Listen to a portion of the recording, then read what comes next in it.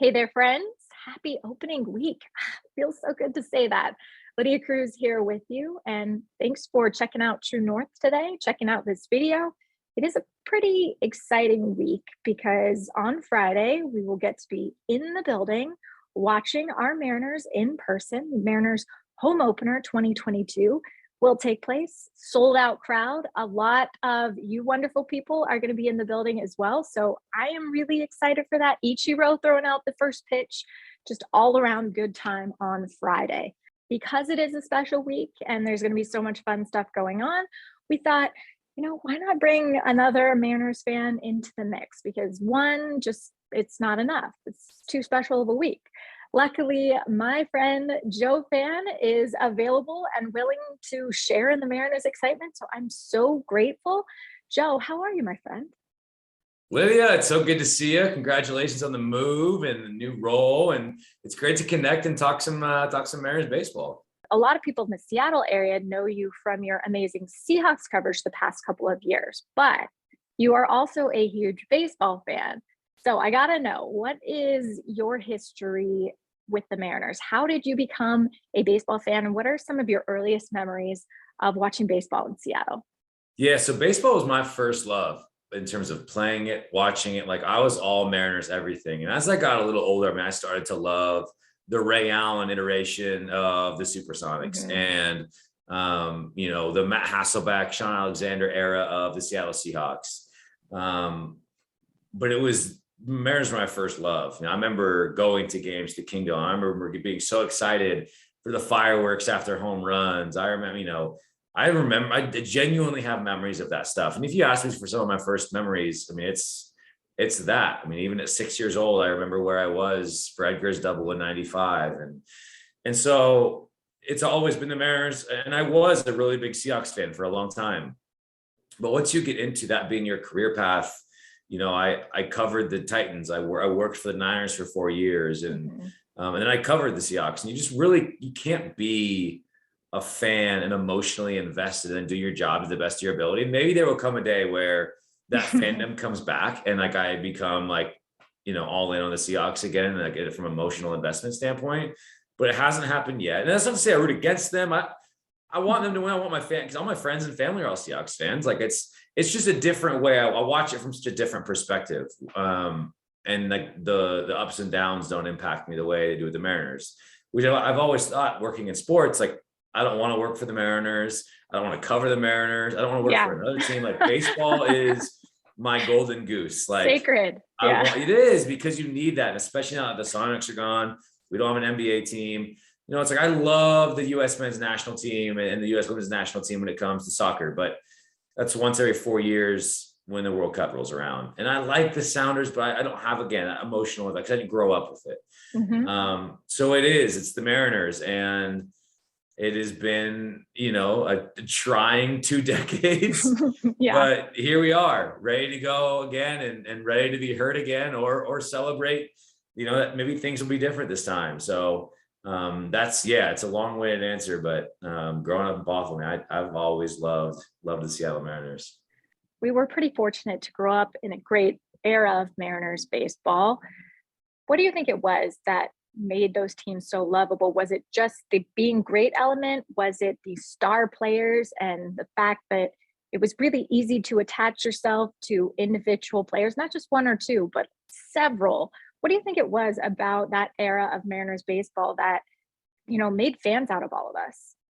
If you grow up in Seattle and have any memories of those teams in the 90s and early 2000s, it does make it easy to be a Mariners fan. And now if you grew up where the heyday of your Mariners fandom is 2005 to 2015, you might not be as emotionally invested because you've had no reason to be, I hate the Yankees with such a passion because there's a history there. And that it's kind of like if the Cowboys and the Niners rivalry the last 2 decades hasn't really been a thing. But if you grew up in the heyday of the 80s and 90s, then you feel that much more so than the Seahawks Niners rivalry, if that makes sense. Yeah. So we got lucky that we grew up with Edgar Martinez and Jay Buhner and Tino Martinez and Ken Griffey Jr. and Randy Johnson then on the heels of that, and Alex Rodriguez, and it's followed up with, King Felix and Ichiro. And there's so many names that not just superstars, but the swag, the personality, the uniqueness of them as players and their skill sets and all that. And then the memories that come with it of, that 95 season. I think I sort of get sick of like harkening back to that, because it's like, I'm ready for new memories. We don't have them. Yeah. But that is, it's such a storybook season. It never gets old to watch Edgar's double and all the drama and turmoil in the city and the organization building up to that team. And so, yeah, I think it's all of that kind of, jumbled in. So you mentioned that 2005 to 2015 era and how lost a lot of viewers, lost a lot of potential fans for the Mariners. But do you feel in the Dipoto era that things are different, that you felt sort of a renewed sense of hope, and also had players, whether in the minor league system or at the major league level, that you felt that you can really attach yourself to? There is, and I am excited. I'm cautiously optimistic. Yeah, that's fair. I think last year, part of the fun of last year was they sort of were ahead of schedule. They overperformed. They had unbelievable luck in one-run games. They fought. They showed toughness. I think we got so used to seeing Mariners teams just roll over, and that wasn't the case, where they would go down and they scratch and claw their way back. And whether they won or lost, you at least appreciated a team that stepped on the field every day expecting to win. And now those expectations are there to a much further degree. I think the difference is this year, like, you can't play off of fun differential. You can't play, I guess, because you were playing with house money last year. That's not really the case this year, especially now that the playoffs have been expanded to 12 teams. You've got to find a way to get it done. You've got to show that you can develop prospects. Like, I'm nervous for Jared Kelenic and Julio Rodriguez. And while I believe in them, what is, if they have genuinely bad seasons, and what would be for Kelenic his second straight, what does that mean? So I think that's why the future appears to be super bright. And this is the first time you look at a lineup and say, my goodness, while it might not be the Blue Jays, the Astros, the Dodgers, there is like legitimate potential for it to get towards that echelon of lineups. When you think about the real ceilings that exist, the potential that exists with so many of these guys. The same thing with the arms on the roster and in the bullpen and in the minors. So that does get me really excited. But I think it is, you got it. And every Mariners fan in their head was just like, don't get too far ahead of yourself, because we don't, you don't want to, it's been 2 decades for a reason. They have made playoffs, longest playoff drought in professional sports, but it is fun to feel like it's been built the right way. I agree with the moves that have been made, and everything that's on paper tells me this is going to be a really fun 5-year ride plus potentially, and we deserve it. I'll tell you that. So that's kind of where I'm at with all of it. Yeah, for sure. I think one of my favorite moments in baseball in the last decade was watching the Cubs break the curse in 2016 and finally get that World Series win. Maybe because we relate to it a little bit and we understand what it's like to go through a drought. Now, we're not on their level, it's not been 100 years, but I don't know, seeing their fans celebrate and just what it meant to that entire city was pretty amazing, and kind of allowed me to dream about what it would be like for the Mariners when they do finally break that playoff drought. Just to add to that, what last year, that last series against the Angels, and Dave Sims called the Mitch Haniger 2-run single. So good. I mean, that gives me chills. And as cool as the 12th man is, the Seahawks and all that, like, I don't feel a part of that group the way I used to. So while it is an awesome atmosphere and it is cool how loud that building gets, there was just like such an emotion behind seeing a packed house at T-Mobile Park, because it's just been so long since you've gotten to experience that atmosphere. I remember when Ken Griffey Jr. went into the Mariners Hall of Fame and it was packed, and you're thinking, man, this is buzzing. This is so sick. and they were down like 8-0 after the second inning. And you're just like, yeah, like, so I get why people are jaded. I get why they're saying, I'll believe it when I see it.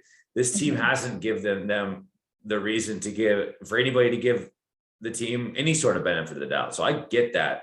I so badly want this season to be able to build on the momentum of last year from an atmosphere standpoint, from a city rallying around this team and the pride. You see more Mariners gear around town and all that. Like, that to me is what gets me really excited, because Seattle very much is and can be a baseball town again. And I love that the players on this team got to feel that. I love that they got to feel, if we give them a reason to put butts in seats, they will show up and they will be a factor, and the atmosphere will be something very special, comparatively speaking, to other venues around the league. And so if that doesn't light a fire under your butt, if you're on that roster, and I know it did, you know what I mean? And that, so that's, you get so romantic about baseball, and it's easy to, and when you've got these guys that are so likable and so easy to root for, and they are across the board. And Scott Service has grown on me so much, and there's just so much to like about it that, we'll see. Yeah. You mentioned the team does look good on paper to you, though. I got to know, what did you make of the Mariners offseason moves, of their acquisitions, whether it was signing Robbie Ray or the trade that came in the last minute for Winker and Suarez? What did you make of those moves? Was it enough? Yeah, and I think Adam Frazier was a great move as well. I thought it was all really solid. I liked what they did across the board. I just wish they would have done more. I'm nervous that, to me, there's too many question marks. Like, how much can you really count on a bounce back season from Eugenio Suarez? What is Kelenic going to look like? What will Julio provide? Is Matt Brash really ready? We know he's got the stuff, but how is he going to be between the years when he steps on the mound for his major league debut? It was so good to see Logan Gilbert lights out in his first start. I think that was the best thing we've seen from the first 3 games so far. But like, Chris Flexen does not have a track record of being a successful major league starter. And he was a revelation last year. And I'm so hoping that he does it again. But if he gets hurt, or anyone gets hurt on the rotation, or if he's underwhelming, there isn't a depth there. I mean, it's immediately you have to go to George Kirby or someone else in the minors, or find a journeyman. I think they should have done more to go get another arm, or Justice Sheffield comes back to the rotation. So it feels like there are too many kind of ifs and buts, and too few certain things, like a Mitch Haniger, where he's already been, the steadying force of the lineup that's gotten off to a slow start the first 3 days. But I mean, the actual tangible moves that were made, I thought were all very deft and stuff that, moves that should pay dividends, you hope, this season and down the road. Yeah. If you had to highlight one concern, if I had to pick one, starting pitching was definitely that area, because just the way that baseball goes, right? The way attrition happens and inevitable injuries, and you're betting on a lot of best case scenarios for this to work out. People to repeat incredible seasons, or Matt Brash to be everything that you're expecting, which I totally think he will. That slider is filthy, but you are still hoping for a lot of things to fall your way. And who's going to be your 6th starter when inevitably somebody hits the IL? Like, who's that person going to be? And it shouldn't be George Kirby. Like, it shouldn't be, oh, now we have to have him, so we got to bring him up. Like, that should be a process that plays itself out, where he forces himself onto the roster because he's gotten back to form. And he showed he wasn't ready for that in spring training. That's okay. It's something that I'm not off the bandwagon, and he hasn't had that many innings in the minors, quite frankly. So I agree with you. That makes me nervous, but I try, you want to stay optimistic and don't get too jaded right off the bat. And they are 2-1. And, if they find a way to get through this first road trip at 500 and come home, face the Astros, I think they'll be in a good spot. So as we're recording this, we're working with a small sample size, viewing size. We're recording this on a Monday, and the Mariners have only played 3 games as of now. So it is a small sample size that we're working with, but is there anything that you've seen in those first couple of games that has been really positive for you? The comeback in the 9th inning, it was awesome. I mean, it's 2 outs and it's Julio with a double. It's It's Adam Frazier coming through. It's Ty France coming through. And immediately you see Adam Frazier's been on this team for all of 3 games, and he hits that double and he's fired up at second base. And that's what I love. The juice is there with this team. JP Crawford, I think a huge kind of catalyst of a lot of that. So yeah, I think in that, just again, it shows you that this team, they've got some character, they've got some toughness to them. And it's nice to see, again, win, lose, or whatever, they're not going to roll over. And that means a lot as a fan. If you're going to spend money to go watch a game, even if they, you're watching a team that's bought in, invested, and really trying to end this thing, the drought. Yes. Okay. One thing that we have to talk about, Joe, is Julio Rodriguez. It was so great to see him make his debut over the weekend, to see him notch his first MLB hit, to see his family in the stands. I am a complete sucker for that. I totally admit it. I will watch the family cam all day, every day. But I got to know, where are you on the Julio hype train? Because his name has been a part of so many headlines, podcasts, top 10 lists. When it comes to prospects, he has been more hyped than I can remember. It's been a long time since I can remember a Mariners prospect being quite so hyped. You probably have to go back to like the Felix days. But where are you on cautiously optimistic, all out excitement for J-Rod? Where do you fall on that excitement scale? I believe in Julio much more confidently than I believe in Kelnick. I don't really know why. I think Kelnick just makes me nervous because I don't feel like he's having fun. I feel like he's just like, that guy looks like an anxious mess at all times, because he wants it so bad. And I want it so badly for him. Where Julio is just like a joy to watch, and you can see the fun that he has, and you can't really quantify that, but he just doesn't strike me as a guy who is going to get super down on himself and start pressing and start questioning different things between the years if he gets off to a slow start, which through 3 games he has. But like he can do it all. And there's something to be said for homegrown prospects. And as much as I love and want Kelnick to be the dude, and I hope he is, and I think he will be, he was a trade piece from the Mets. And so it's like, Julio's ours. And so like, he's probably the Mariners' best position player prospect since A-Rod. So yeah, I'm all in on Julio. I put a decent investment on him to win Rookie of the Year at that +6 or 6.5 to 1. So yeah, I can't wait. He's a guy who I bought LOB TV to watch every game this year. That's awesome. In large part because I can't wait to watch him on a nightly basis. Am I just being like a sucker for recency bias here, or is this not like one of the most hyped Mariners prospects that you can remember? Is there anyone else that you remember kind of creating this fervor? I mean, Kelnick certainly, but I don't know. Guys you wanted to get excited about, but flamed out so quickly. Sure. I think, Logan Gilbert and Kelnick for sure are right there, but I think you have to go back to Felix. I know. I was where it's somebody who was ours and stepped up from the jump.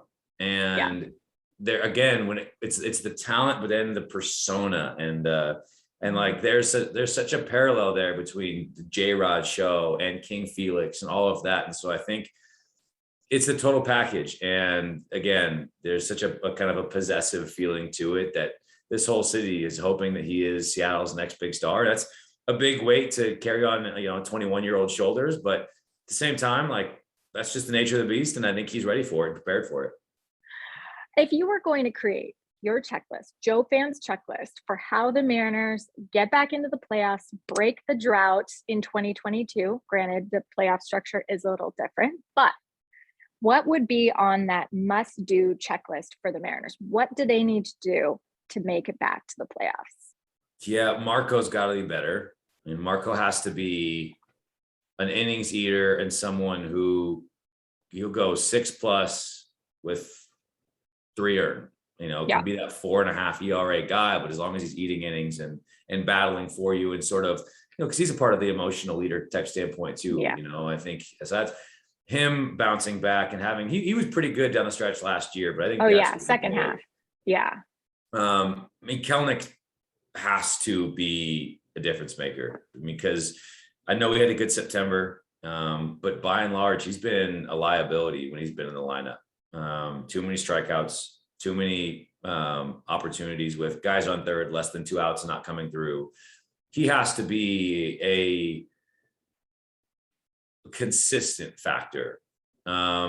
Jesse Winker has to stay healthy and continue to be one of the best hitters against right-handed pitching in baseball. Ty France has to remain one of the most consistent hitters in the American League. Mitch, we've seen off to a hot start, you go down the list, you have to get some sort of a bounce back from Eugenio Suarez. Again, you're betting on a lot of best case scenarios that all exist. It's possible. There just aren't enough sure things, but it looks like Logan Gilbert's going to be an ace. That's huge. If you can pencil him in for 6 innings, 2 earned, 7 Ks, that's big time. And you need that sort of starter in a postseason game, especially if it's a 1 and done wild card or a 3. It's not; those aren't a thing anymore. But in a 3-game wild card series, so you just need a lot of best case scenarios from a lot of different guys, and makes me a little bit nervous. But you know what? We'll see. I can imagine if there is a playoff home game in Seattle that you are going to be there, right? Yeah, I'll be there. Yeah. Guaranteed. Okay. All right. That's good. Who would you want to go to the game with? Like, is it your family? Who would you have to go with? I'd be wanting to get fairly rowdy with a couple buddies. Okay, that's fair. Yeah. Okay. It would not be a sober experience. Yeah. It's a day we're definitely all dreaming about here in Seattle. It's going to be epic, and who knows? It very well could happen this year. I'm going to believe in that. So manifest that. Okay. Put it out in the world. Joe, my friend, thank you so much for talking with me today. You are amazing. And I just want to remind everybody where they can read, watch, follow along with all the amazing stuff you're doing. So you remind everybody. Yeah, it's the Bet to Win podcast, WYNN. You can subscribe anywhere you listen to your podcasts, whether it's Spotify or Apple, and then on Twitter at Joe_Fann. Awesome. Thank you so much. Lydia, I appreciate you. It's great to reconnect and chat, and we'll be talking baseball here soon. Thanks again to Joe for joining us today, getting hyped about the Mariners with me. It's pretty easy to do. Thank you for tuning into this video and following along with everything we're doing at True North. We so appreciate you. My name is Lydia Cruz, and I hopefully will get to see you out at the Mariners home opener on Friday. It's going to be so much fun. Packed house. Again, Ichiro throwing out the first pitch. Fingers crossed if we could get Griffey behind the plate catching. And also, I have like a prop bet going that Ichiro is not going to take his batting gloves off to deliver that first pitch. I just don't think he ever takes them off. He's just always prepared, always ready to go in the game. That's Ichiro for you. It's going to be so much fun on Friday night. So hopefully you will be out there. And if you see me, please say hi. I'll be the weird girl with the scorebook that's just like intently watching the game, but say hi. I would love it. And until then, go Mariners.